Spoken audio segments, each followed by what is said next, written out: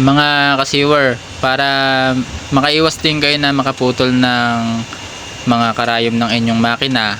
Gawin nyo lang din ito sa inyong mga plate.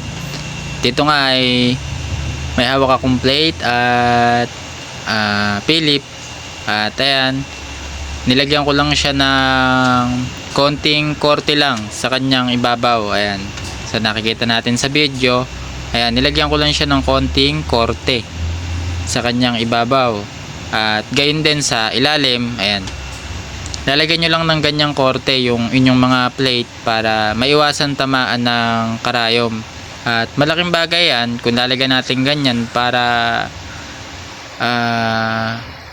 hindi siya basta-basta tamaan ng karayom. Sana makatulong itong video na to, at pasubscribe na rin para sa mga susunod ko pang video ay mapanood nyo. Ayan, salamat.